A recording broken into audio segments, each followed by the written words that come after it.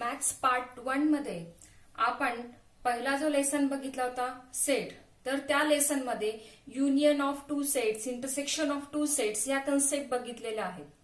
तर त्याचा उपयोग करून आपल्याला लाईन सेगमेंट, रे, त्याचबरोबर लाईन ह्या ज्या कन्सेप्ट आहेत, तर ह्या कन्सेप्ट आपल्याला युनियन ऑफ टू सेट्स ही जी कन्सेप्ट बघितली होती, तर त्याचा यूज करून आपल्याला आज ह्या काय करायचे समजून घ्यायचे आहेत. तर लाईन सेगमेंट म्हणजे काय? It is nothing but the union set of the point A and point B and the points between A and B is called a line segment. Line segment म्हणजे काय तर बघा, पॉइंट ए आणि point बी हे जे दोन points आहेत, तर ह्या दोन पॉइंट्स मध्ये इन बिटवीन येणारे जे पॉइंट्स आहेत, हे दोन पॉइंट्स आणि ह्याच्यामध्ये येणारे जे पॉइंट्स आहेत, त्या सर्व पॉइंट्सचा जो युनियन असेल, तो युनियन म्हणजेच काय, that is a line segment. आणि लाईन सेगमेंट जो आहे, तर लाईन सेगमेंट जो आहे तर पॉइंट ए आणि पॉइंट बी या ठिकाणी काय झालेलं आहे, टर्मिनेट झालेलं आहे, किंवा त्या ठिकाणी काय म्हणतो की टर्मिनेट झाला म्हणजेच काय, तो खंडित झालेला आहे. We can measure the length of this segment. आणि मग लाईन सेगमेंट जो आहे, आता या ठिकाणी काय घेतला आपण, ए बी घेतलेला आहे, तर त्याला शॉर्ट मध्ये सिम्बॉलिकली आपण त्याला सेग ए बी असं लिहितो. आणि लाईन सेगमेंटची लेंथ मेजर करता येते आणि म्हणून आपण त्याला लेंथ ए बी किंवा distance between the point A and B असं देखील रिप्रेझेंट करतो. तर परत एकदा आपण पाहू की लाईन सेगमेंट म्हणजेच काय, तर दोन जे पॉइंट्स आहेत, त्या दोन एंड पॉइंट्स, इकडे लेफ्ट साइडला ए हा एंड पॉइंट आहे आणि इकडे बी हा एंड पॉइंट आहे, तर ह्या दोन एंड पॉइंट्स मध्ये येणारे जे सर्व पॉइंट्स आहेत, हे दोन एंड पॉइंट्स आणि सर्व पॉइंट्स या सर्वांचं युनियन म्हणजेच काय, द सेगमेंट. आणि सेगमेंट जो आहे तो सिम्बॉलिकली सेग या शॉर्ट फॉर्म आपण त्याला सेग ए बी असं रिप्रेझेंट करतो. त्यानंतर पाहूया आपण रे ए बी. रे ए बी म्हणजे काय, आणि ही पण कन्सेप्ट आपण युनियनचा यूज करूनच समजून घेणार आहोत. Suppose A and B are two points. The union set of all points on segment A B and the point P such that A dash B dash P is called a ray A B. या ठिकाणी segment A बी म्हणजे आपण आताच बघितलं की ए आणि बी point आणि त्याच्यामधले इन बिटवीन येणारे सगळे पॉइंट्स, ह्या सर्वांचं युनियन. आणि त्यानंतर त्याच्या बीच्या नंतर समोर अजून एक पॉइंट आहे पी, तर त्या पी पॉइंट्स पर्यंत येणाऱ्या पॉइंट्सचा पण युनियन म्हणजेच काय, रे ए बी. तर रे ए बी मध्ये बघा, A dash B dash P म्हणजे या ठिकाणी काय दिलेले, बिटवीननेस दिलेले आहे, दे आर लिनियर. आता रे आणि सेगमेंट मध्ये काय डिफरन्स हे बघा, की सेगमेंट जो आहे तर it is terminated in between A आणि बी. जे काही एंड पॉइंट्स असतील, तर ह्या दोन एंड पॉइंट मध्ये काय झालेला आहे, तो टर्मिनेट झालेला आहे, तो खंडित झालेला आहे. And we can measure the length of segment. But about रेच्या बाबतीमध्ये it is terminated at only one point A. आणि इकडे या साईडला काय दिलेलं आहे, एरो दिलेला आहे. एरो म्हणजे it can be increase up to infinity. तो अनंत अमर्यादपणे काय होऊ शकतो, वाढू शकतो. त्यामुळे आपण रेची लेंथ ही मेजर करू शकत नाही, मोजू शकत नाही. त्यानंतर पाहूया आपण line A B.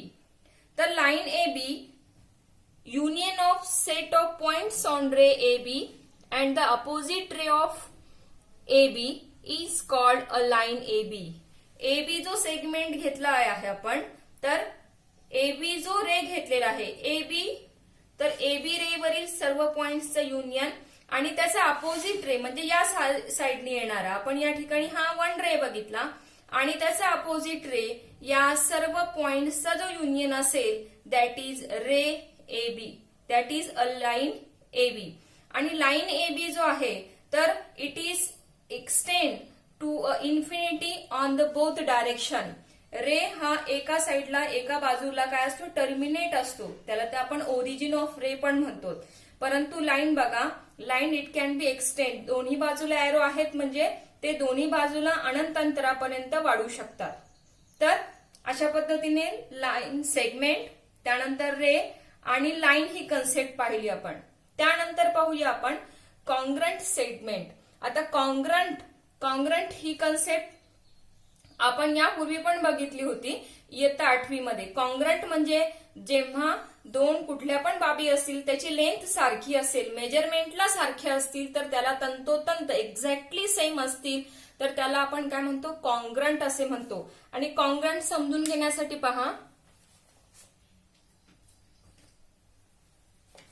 For example ह्या दोन पेन आहेत आणि या दोन पेनची लेंथ कशी आहे, एक्झॅक्टली सेम आहे. म्हणजेच काय आहे, these two pens are congruent. जेव्हा तंतोतंत सारखे असतात तेव्हा त्याला आपण काय म्हणतो, कॉन्ग्रंट असे म्हणतो. When the length of two segment is equal then the two segments are called a congruent segment. When the length of two segment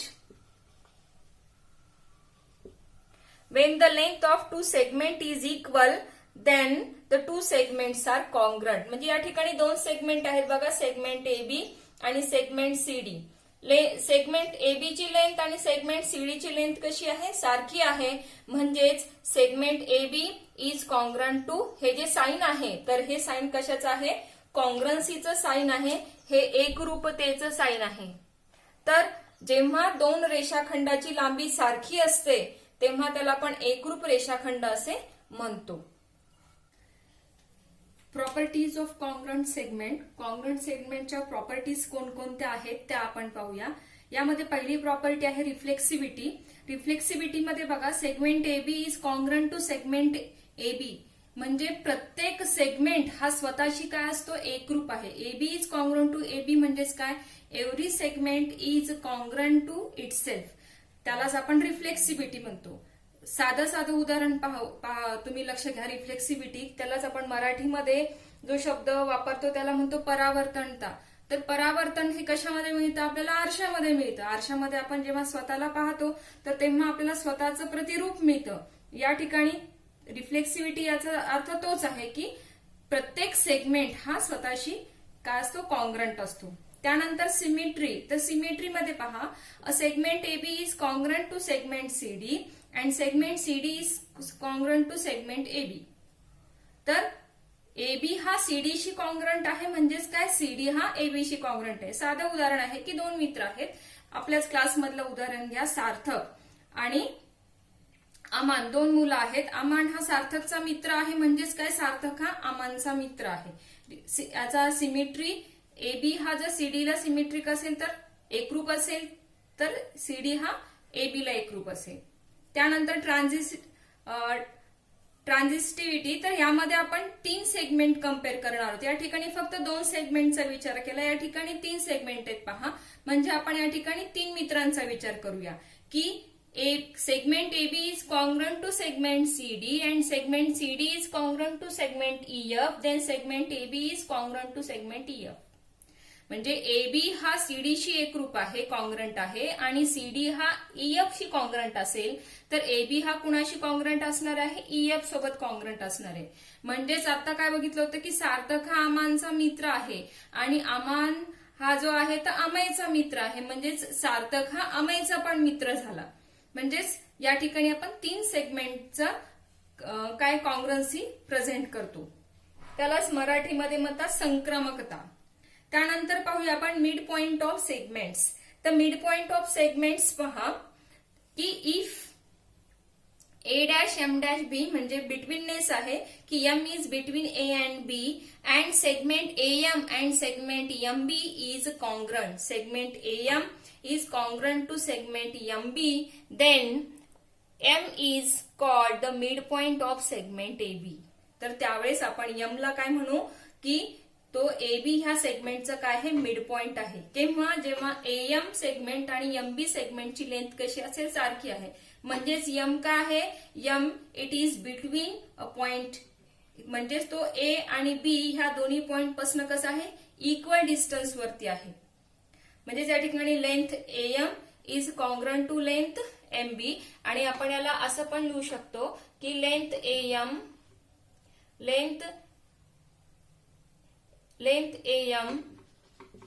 is equal to length MB is equal to half of the length AB. म्हणजेच या ठिकाणी segment AM किंवा segment MB ची लांबी जी आहे तर ABच्या का असणार आहे, हाफ असणार आहे. समजा AB ची लेंथ जर 20 असेल तर AM आणि MB ची लेंथ किती असणार आहे, 10. जर याची लेंथ 10 असेल तर AM ची किंवा MB ची लेंथ किती असणार आहे, 5 असणार आहे. आणि प्रत्येक सेगमेंटला फक्त एक आणि एकच मिड पॉइंट असतो, मिड पॉइंट दोन नसतात. There is only one mid point two the every segment. AM आणि MB ची लेंथ ही AB चे हाफ आहे. म्हणजेच AM किंवा MB ची लेंथ ही कशी आहे, AB च्या काय आहे, दुप्पट आहे. असं पण त्याला आपण किंवा AB ची लेंथ AM आणि MB च्या length AB is equal to 2 times length AM or 2 times length MB. तर त्याची लांबी ही AB ची लांबी ही AM किंवा MB च्या लांबीच्या काय असणार आहे, दुप्पट असणार आहे. It is double. Practice set 1.2 मध्ये फर्स्ट एक्झाम्पल पहा. Following table shows the points on the number line and their coordinates. Decide whether the pair of the segment given below the table are congruent or not. ह्या टेबलच्या खाली जे सेगमेंटची पेर दिलेले आहेत, ज्या जोड्या दिलेल्या आहेत, तर त्या रेषाखंडाच्या जोड्या एकरूप आहेत का नाही, कॉन्ग्रंट आहेत का नाही, हे आपल्याला काय करायचं आहे, ठरवायचं आहे. त्यासाठी बघा पॉइंट्स दिलेले आहेत ABCDE आणि त्याचे कोऑर्डिनेट्स दिलेले आहेत. A चा कोऑर्डिनेट आहे -3, B चा आहे 5, C चा आहे 2, D चा आहे -7 आणि E जो आहे तर E चा कोऑर्डिनेट काय आहे 9. पहिला पेअर दिलेला आहे, पहिली जोडी दिलेली आहे सेगमेंट D आणि सेगमेंट AB. आपण मागच्या एक्सरसाइज मध्ये बघितलं होतं की सेगमेंट नाही परंतु डिस्टन्स DE कसं कॅल्क्युलेट करायचं ते बघितलं. आणि आत्ताच आपण यात बघितलंय की काय की सेगमेंट D म्हणजे काय, तर D आणि E जो दोन पॉइंट्स आहेत तर त्याच्यामधल्या सर्व पॉइंट्सचं युनियन म्हणजे distance between the point D and E. तर सेगमेंट D म्हणजेच काय, distance between the point D and E. तर कोऑर्डिनेट्स आपण मग डिस्टन्स DE कसं कॅल्क्युलेट करायचं हे आपल्याला माहित आहे. आपण काय करतो, D चे कोऑर्डिनेट्स लिहितो, E चे पण कोऑर्डिनेट्स लिहितो आणि कम्पेअर करतो आणि मोठ्या कोऑर्डिनेट मधून छोटं कोऑर्डिनेट काय करतो, सबट्रॅक्ट करतो. Coordinate of point D is, D चं कोऑर्डिनेट काय आहे -7 आणि कोऑर्डिनेट ऑफ पॉइंट E चं काय आहे 9. मग आता -7 आणि 9 याच्यामध्ये जर कम्पेअर केलं तर कोण आहे ग्रेटर वन, 9 आहे. तर distance DE is equal to काय करतो आपण, जे ग्रेटर कोऑर्डिनेट आहे ते मोठ्यातून छोटा जो कोऑर्डिनेट आहे तर तो काय करतो, सबट्रॅक्ट करतो. तर 9 -7 म्हणजे या ठिकाणी काय होईल, 9 + 7 that is equal to 16 unit. म्हणजे जे डिस्टन्स DE आलेला आहे तर डिस्टन्स DE किती आलेला आहे, इट इज 16 युनिट. त्याला आपण वाटलंच तर इक्वेशन नंबर 1 देऊया. त्याच पद्धतीने आपण डिस्टन्स AB जे आहे तर डिस्टन्स AB कॅल्क्युलेट करूया. सेगमेंट AB म्हणजेच काय, that is distance between point A and B. तर पॉइंट कोऑर्डिनेट ऑफ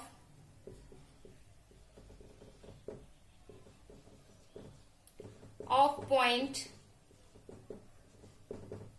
A चा कोऑर्डिनेट काय आहे -3. कोऑर्डिनेट ऑफ पॉइंट B चा कोऑर्डिनेट काय आहे 5. आता -3 आणि 5 याच्यामध्ये कम्पेअर करा. मोठा नंबर कोणता आहे 5. तर डिस्टन्स AB आपण कॅल्क्युलेट करूया. काय येईल 5 -3 that is 5 + 3 is equal to 8 unit. हे इक्वेशन नंबर 2. डिस्टन्स AB किती मिळालं, 8 मिळालेलं आहे. आणि डिस्टन्स डीई जे आहे तर डिस्टन्स डीई किती मिळालेला आहे 16 मिळालेला आहे. 8 आणि 16 सारखे आहेत का नाही. From equation first and second काय लिहिणार आपण segment A B segment D E is not congruent to segment AB. तर सेगमेंट DE आणि सेगमेंट AB हे काय आहे कॉन्ग्रंट आहेत का नाही. They are not congruent. Segment DE is not congruent to segment AB. आणि जर ही लेंथ सारखी आली तर आपण काय म्हणणार if the length is same तर हे दोन सेगमेंट्स का आहेत कॉन्ग्रंट आहेत.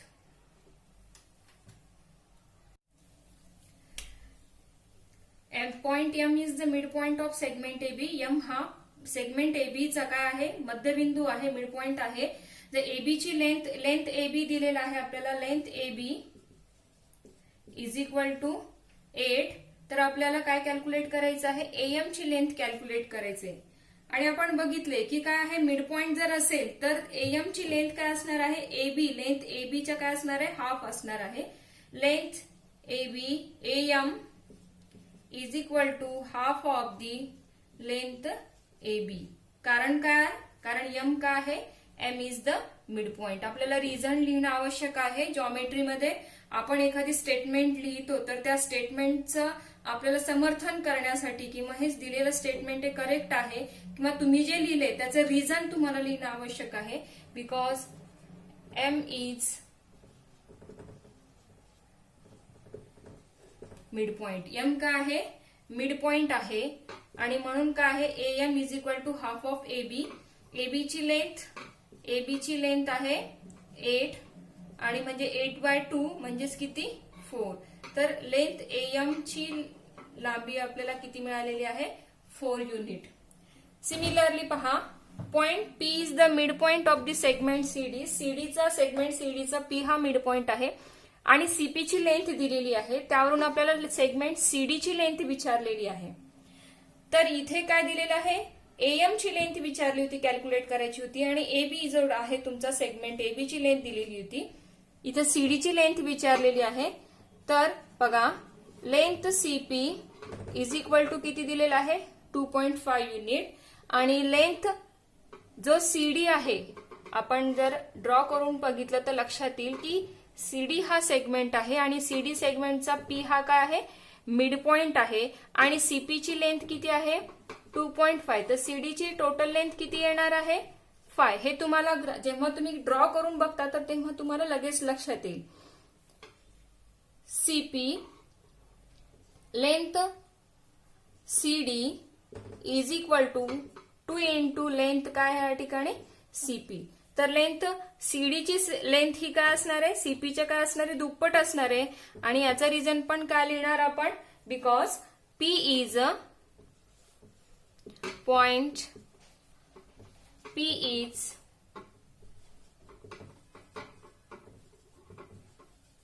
Mid point. P काय आहे त्याचा मिड पॉइंट आहे. पुट द व्हॅल्यू त्याची CP ची लेंथ लिहा. CP ची लेंथ आहे 2.5 आणि 2.5 चा डबल किती येतो 5.0 म्हणजेच किती 5. तर CD ची लेंथ मिळालेली आहे आपल्याला 5.